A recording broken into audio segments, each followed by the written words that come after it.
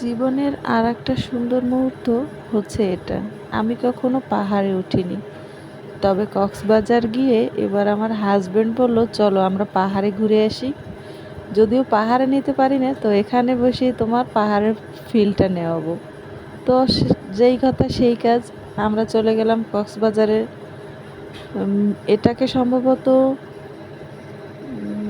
Mini Bandarban বলে। তো সেখানে গেছি, আর এখান থেকে পাহাড়ে উঠতে গিয়ে তো আমার কাম 12টা।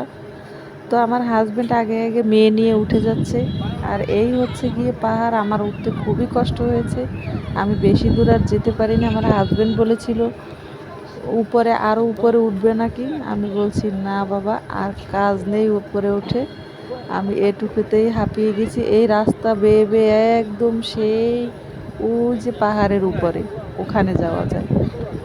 তো ওখানে একটু সাইন